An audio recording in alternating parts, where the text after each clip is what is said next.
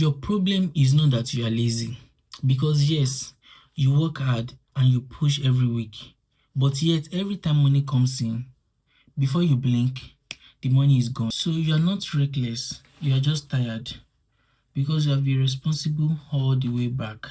So whenever alerts drop, your mind whispers, you deserve this, you deserve that, and boom, you want a small treat, you want to upgrade your ride, or those stuff that cost nothing.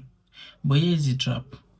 Every little reward piles up and is quietly draining your progress while convincing you that you are fine. That "I deserved it" mindset has destroyed more accounts than overspending ever did, because you are not rewarding growth, you are rewarding survival. And the worst part, the feeling fades, but habit stays, and you keep repeating the same reward loop that keeps you broke, emotionally satisfied but financially empty. So anytime you receive that alert and you feel like you want to buy something, and you definitely know that it is something that is not important, just wait for like 24 hours. Depends on how you can hold on. You will notice that there are things that you don't even really need. And what's the point of buying something that is not important? So I have done my part again.